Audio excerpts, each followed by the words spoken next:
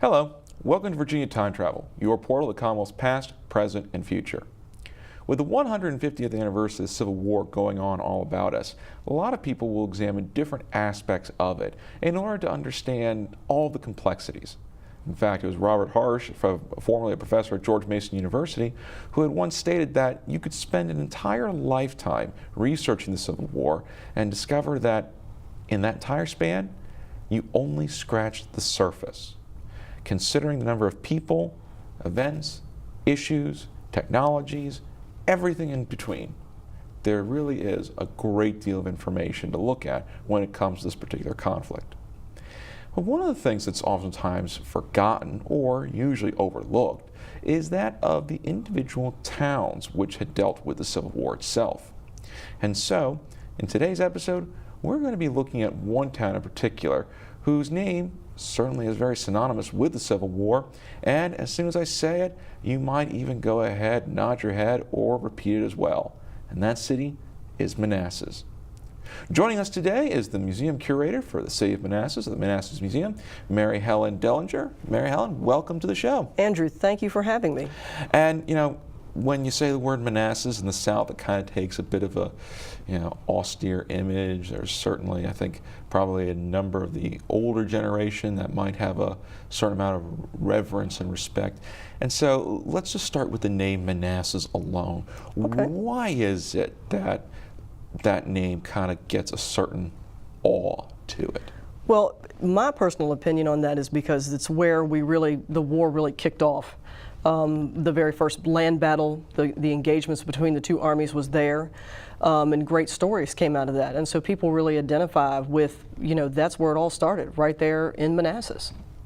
Now, Manassas obviously had been a town beforehand. It was a railroad junction, right. And every school child that learns hopefully enough about the Civil War knows that they said that the railroads came there. So obviously, if there's a railroad and you've got a town called Manassas Junction, it has to have been there long enough to be on the map. Well, that's a really interesting thing to start off with, because while there was the name Manassas and Manassas Junction, a town itself, really, that's a little bit of a misconception, because while there were people that lived there in the area, the Ware family, the Chin family, these were houses that were outside of what we would call downtown today, and they lived on big tracts of land. Now, you did have the railroad junction and the associated warehouses.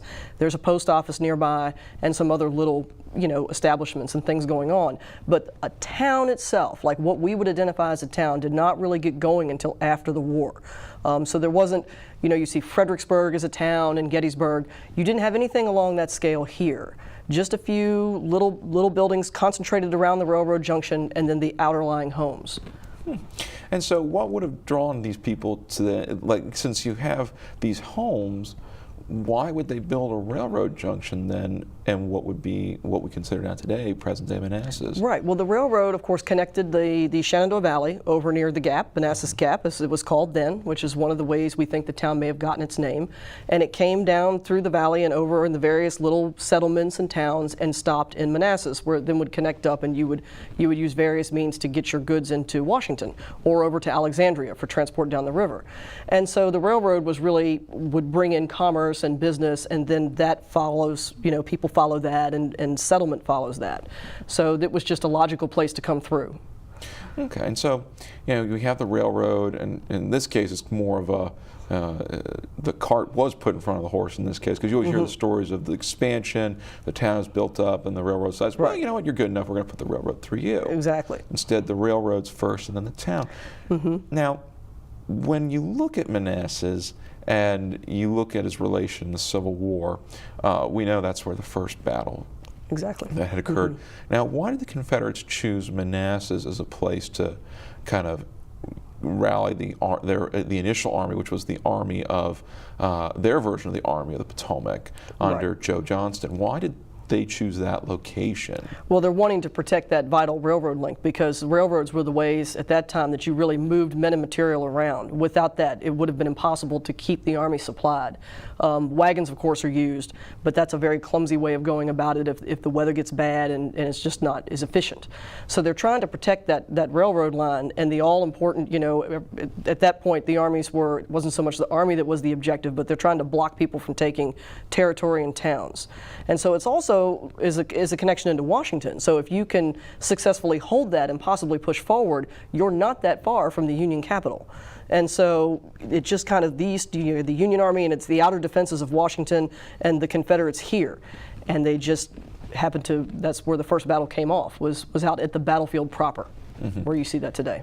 Now, considering that you have the first battle there, and you said that you have the outer defenses of Washington, how close were those defenses then in relation to Manassas? Because you look at Manassas, and if you look at a map of northern Virginia today, I mean, we're probably about a good 20, 25 miles away in that regard. You could, there's towns in between. Of course. So why not move your army closer? Was it just that it was too dangerous to move them away from that railroad junction? Were you creating too many situations, or did they just feel this is a comfortable, safe location? Well, I think both sides felt that this was a good strategic location. You're always looking at ground, avenues of retreat, ways to move forward. Fording rivers and streams was always a very big deal because you could get part of your army across and then it rains and you get stuck on the other side without any way to get back. I don't know the exact number of miles, between the two. I do know that when the Union Army left Washington to march out, it took several days because they left, I want to say July 16th is when they left the outer defenses, and the battle didn't occur until the 21st. So of course this is the first time for everything. Everybody's learning as they go along how it's going to work. The Army is green on both sides, undisciplined troops. You've got to get them to march not that far, but you're trying to keep everybody together. And so I think while the distance was close, there were still some problems to overcome with the newness of it all at the beginning that made it, why they were set up the way they were. Okay. Now, the first battle itself, both armies evenly matched. And, can you describe, the battle in relation to Manassas, its impact on the area as a whole? Well, its impact on the area, they of course are out at the battlefield proper today, and you see where downtown Manassas is in relationship to that. So it was quite a distance away from what would become downtown Manassas. It was kind of shocking. Of course, there's the whole story of the congressmen and the public that comes out from Washington to picnic and watch the battle come off because everybody thought this was going to be a one-shot deal. The Union Army would win handily, and that would be the end of it. Well, of course, we all know that wasn't the case. The Confederate troops, it was a kind of evenly pitched battle throughout the day, and then the Confederates took the initiative at the end. The Union Army started off in a fairly orderly retreat, but then it got kind of panicked because the Confederate artillery was well placed, and then there were rumors of more troops coming up. So it turned into just this throwing down your weapons and running back in the direction of which you came. So I think that really, more than the effect on Manassas itself, because of course everybody that lived here were most likely Southern persuasion, they would have been very happy with the outcome. But I think for both sides, the South, of course, was given, and this area was given renewed hope that they had an army in the field that had been bloodied, won its first match, and wasn't driven off the field. The Union, on the other hand, it was shocking. I mean, they didn't really think that was going to happen. They thought, we're going to come out, we're going to win, it's going to be over fast. And the sheer amount of casualties on both sides, while not huge, pointed out that this was, people I think quickly realized this is going to be a lot longer than one summer and done. I mean, it would go on for years. Now, on that note of going on for years, we fast forward a little over a year later, right, and all of a sudden you find the main Confederate Army, now renamed the Army of Northern Virginia, going up against a new army. A new army. That's right. And it's not the Army of the Potomac. It's a different army in this case, and under the command of General Pope. That's right. And now, what army was this one being sent? I believe his army was called the Army of Virginia. They were very similar in names. Sometimes I get that a little bit confused. But yes, Pope had been brought in from the west. McClellan had proven to be ineffective up to that point, or at least people perceived him to be. He's sitting down on the James trying to outflank the Confederates and drive them out of the defenses of Richmond without really doing anything, or at least Lincoln didn't feel like he was doing enough. So he brought in somebody that had had victories in the west against a different army, of course, to push the point. And Lincoln was really being harassed by, you know, the newspapers and the politicians and everybody that wanted to see some action. And they wanted these Confederates, you know, driven back from being so close to Washington. They really felt like the capital was threatened. And so he brought Pope in and put him in charge of this army and, you know, urged him to go out into the field. And that's what happened here for Second Manassas. So it was, and this battle actually went on for 3 days, I believe, as opposed to just one, as the first one was. Now, considering the fact that, you know, First Manassas is just a single day and Second Manassas takes much longer, I guess the most obvious question would be, is that considering the proximity, were there spectators this time around? Not that I've ever read. Now, that doesn't mean, of course, that people, I think at this point, you know, obviously there have been several engagements. There had been First Manassas, all the action down along the James, Battle of Williamsburg, and everything that had been going on. And so people, I don't want to say they were used to it, but it wasn't new anymore. So I don't think there were spectators. But the interesting thing about Manassas, the Second Manassas, is at the end of that, with the Union Army squarely and roundly defeated and driven from the field, that represented Lee's greatest chance at dealing the final blow. The road north lay unimpeded. There was nothing standing between him and Washington. And if he had been able to take the initiative, he could have probably gotten a political concession out of Lincoln's government and said, okay, we're done, you know, go ahead, have your, you know, the South is seceded. But unfortunately, because of his battlefield casualties that day, he wasn't able to press that initiative. And the next, of course, big engagement was at Antietam in Maryland, where he did take the army north.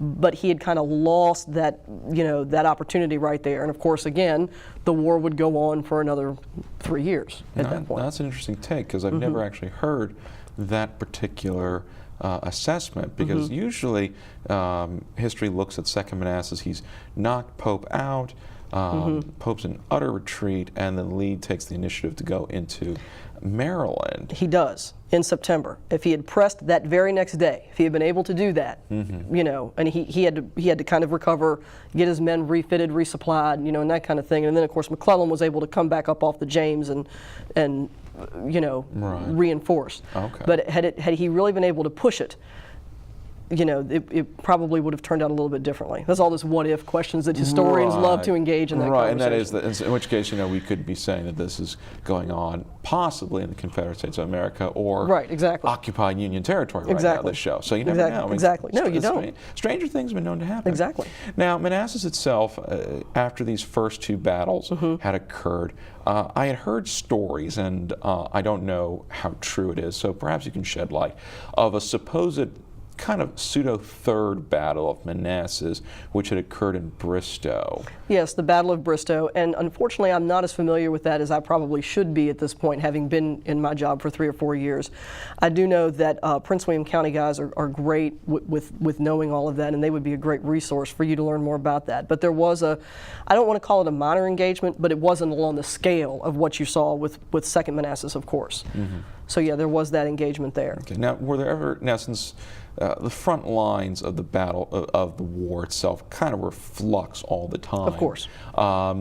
We have the big scale battles, the first and second, and then you have, you know, I guess a moderate engagement with Bristow, and then skirmishes everywhere. Right. Now, did Manassas have a lot of skirmishes where it's kind of soldiers feeling, well, this is good luck for us, we've always had success here, let's just make raids or things like that? I haven't really read too much about that. I'm sure that it did happen, because as the two armies are moving back and forth across the countryside, you know, of course, you've always got your horse-mounted troops out screening your movements or trying to determine what the enemy's doing, and they're going to run into resistance every so often.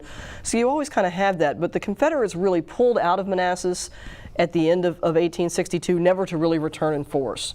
You see the Battle of Fredericksburg, of course, at the end of 62. They fall back from that down into Chancellorsville in the wilderness. They fall back from that down into Richmond. So they're getting further and further away from Northern Virginia. So the Union Army really took over here, but the devastation at that point was done. I mean, you could see it all over the landscape. Now, you had mentioned earlier that Manassas was founded as a city proper after the Civil War. Now, when Yes. did that occur exactly? That was actually, we just celebrated Founders Day, April 2nd or 3rd, God, I can't remember. 1873 was when the town became a town officially. It was chartered as a town, now still part of Prince William County, and then the courthouse moved there from Brentsville many years later. I don't know the exact year. And at that point, that's when the courthouse became like the county seat, you know, all your court days, and that's a very important thing to have the courthouse. That courthouse building still stands today in Manassas, and we call it the donut hole in the city because Prince William County owns that building and the land that it sits on. So right in the center of the city of Manassas is still county land. So it wasn't until the 70s when Manassas became an independent city, like you see in Virginia, there's lots of those around, and broke away from the county and has its own form of self-government. Now, why did the city of Manassas kind of come into existence then? Was it just because a lot of people are like, this is good enough for me to live, or is it because of the railroad influence? It is. You know, is it historical impact? I mean, what kind of makes you decide, you know, this is good enough to create into a town? Because you know, you have Manassas, but then you have these phantom cities or phantom towns in Northern Virginia where it's literally a stop sign, 3 or 4 buildings, and then this is a town. Well, early towns in Virginia, and I'll go backwards a little bit from your question. The early settlements you see, of course, are all focused on rivers. All early towns in Virginia prior to the 18th century, Fredericksburg, Williamsburg, Alexandria, all built on rivers because that's your main form of transportation. There aren't trains yet. So as trains come in, they start to, you know, provide areas for people to, it's easier to access the countryside. So of course we already had the railroad here, and a lot of people that left the area during the war or were driven away because they were Southern sympathizers, they left for their own personal safety, came back. And the railroad recovered and people started to slowly come back. Agriculture was a very big thing, and this area was a rich farmland. I mean, farming was good here and there was land to be had. And so that, of course, you're very close to Washington as well. So that helps as people want to get out of the city and into the country. I think that's still true today. People want to do that. It certainly does make a big impact. Now, as Manassas moved forward, obviously its history kind of becomes more and more relevant. And so there are some folks who kind of become a little bit more known in town. So who are some of the more notable names in Manassas? Well, there's several big names. One, of course, that I like to mention is Jenny Dean, a former slave, illiterate, but also understood the value of an education. And she worked tirelessly to make sure that black children in Manassas, in the Northern Virginia area, had a place where they could get educated at a time when schools were segregated and opportunities for blacks to get an education were few. And she founded the Manassas Industrial School in the 1870s. And it was a residential school, you'd think like, you know, college, but more of a high school type level where kids could go and they would receive academic courses, your standard reading and writing and that type of thing. But they also received training in a trade. So women might learn how to become a laundress or a seamstress. Boys would learn wagon making or blacksmithing or carpentry. And they could take this with them when they left, and it was a skill that would allow them to support themselves. And I find her story fascinating because, again, a black person at a time when society was still very prejudiced and opportunities were few, and a woman in a male-oriented society, and didn't let that, you know, stand in her way at all. And she is a towering figure in Manassas, in my opinion. And an elementary school bears her name today. And where the school is located is one of the museum properties. So we're very proud of that. Well, that's good. Now, anyone else that's also notable? Well, of course, Robert Portner, a very colorful figure, Prussian immigrant, was a multimillionaire. And millionaire back then really meant something. Still does today, but not at the level that it did then. And he made his money in beer. He lived in Alexandria, was a brewer, and had a great, apparently, formula for making beer. And he did not like to live in Alexandria year-round, so his summer home he built in Manassas, and that's what we call today Annenberg Manor. The building still stands. He named it after his wife, Anna, or at least that's the story. And at one point, he had bought over 2,000 acres of land in Manassas, and a lot of it was undeveloped. So he installed like a 20-acre landscape garden. He had ponds for ice skating. He imported a castle tower from Europe and had it reconstructed on the property. So he owned a huge amount of property, including the Liberia House, which was the ancestral home of the Wares. And he turned that into a dairy operation. So he had his hands in everything. But the story goes that he invented air conditioning to keep Annenberg cool. He had some form of what, like a precursor to modern day air conditioning was installed in that house. And it was quite the sensation in town that he could have cooled air in his home. Wow. Well, that's definitely a guy you would have wanted to hang out with a lot. Exactly. Now, just because I know there's at least some members of the audience who've heard the first keyword you said, and that was beer. Yes. Is it still available today? That's a very good question. Some of his ancestors, I don't want to say granddaughters, but they're somehow descended from him, have the recipe, and they're trying to get a microbrewery going in Alexandria using his recipe. How successful they've been, I do not know, but they've come down to talk to us to see the things in our collection and the types of bottles that they had and that type of thing, so they might want to reproduce some of those. So I think they're working on that. Because I know Alexandria does have a microbrewery, which is kind of becoming popular. I'm not sure. Maybe there'll be some rivalry in there. It could be. Who knows? With the Portner brew. There you go. Well, it'd be certainly a lot of interesting times there. Yes. Now, moving on, as most folks might not realize, but I always like talking with our guests before the program, and I had mentioned my own little minor connection to the Manassas Museum, that the building that you're in today, where are you located exactly? We are located right downtown, across from the historic Southern Railway Depot, which is where VRE and Amtrak stops. Most folks know where that is. So if you come out to the parking lot and you look across the street and up the hill, you'll see the Manassas Museum. So we're right there on Prince William Street.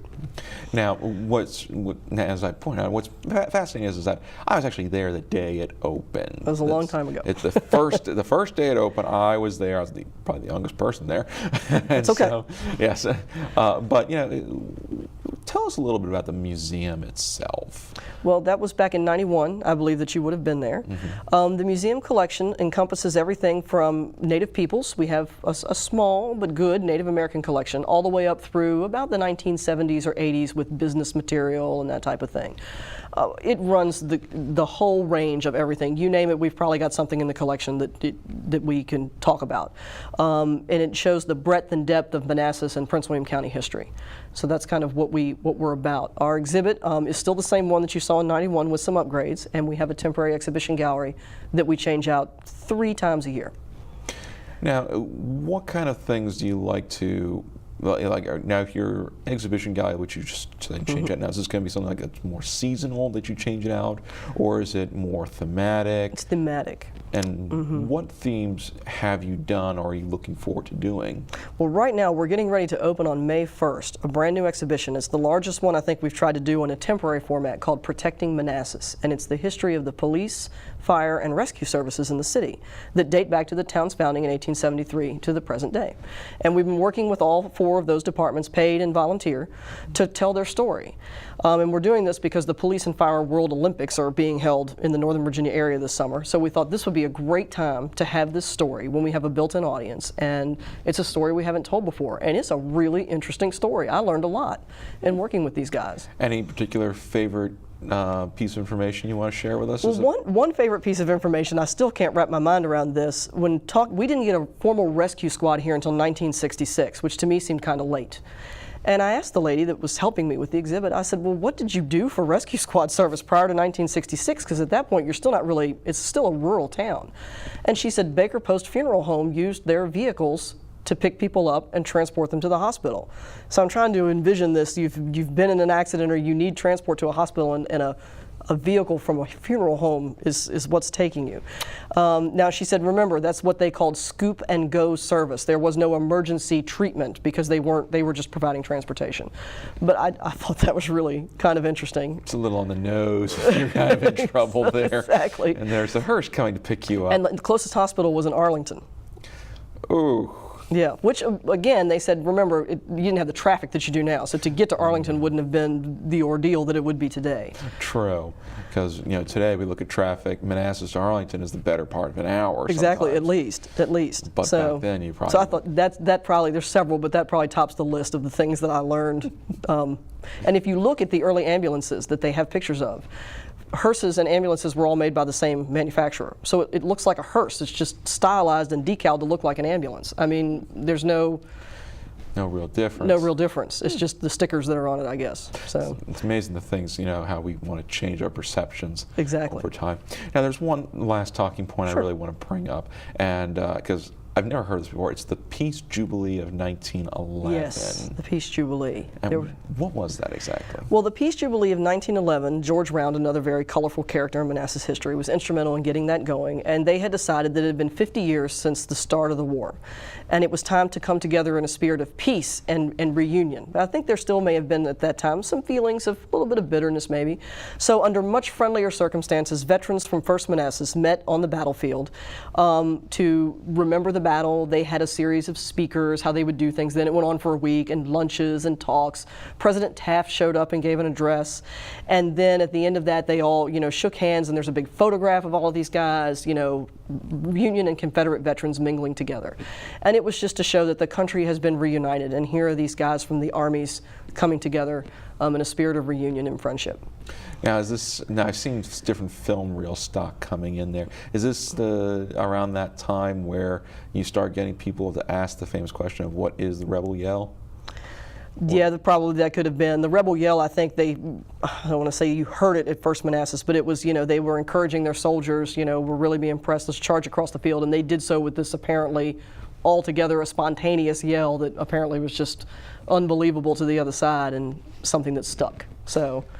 Well, it's certainly one of the greater mysteries that comes out of Manassas, and it one is. that hopefully will inspire people to go ahead yes. and come to the museum. I hope so. Well, Mary Helen, thank you so much for coming Thank in. As we're coming down, we want to go ahead and give you a little something here as a token of our appreciation. Oh. It's on a theme that you're probably familiar with. Yes. But while not in Manassas, it's Alexandria 1861 thank you. 1865. Well, I look forward to reading this. I certainly hope you enjoy. Thank you. And when it comes to Manassas, Virginia, certainly there is a lot to it. Now, in order to learn more about the city of Manassas and its museum, you can visit our website at www.timetravel21.com or email us at timetravel21@yahoo.com. This has been Virginia Time Travel, your portal of Commonwealth's past, present, and future, hoping that the next time you're driving through Prince William County, maybe you stop off in Manassas and visit the museum. You never know what you're going to find.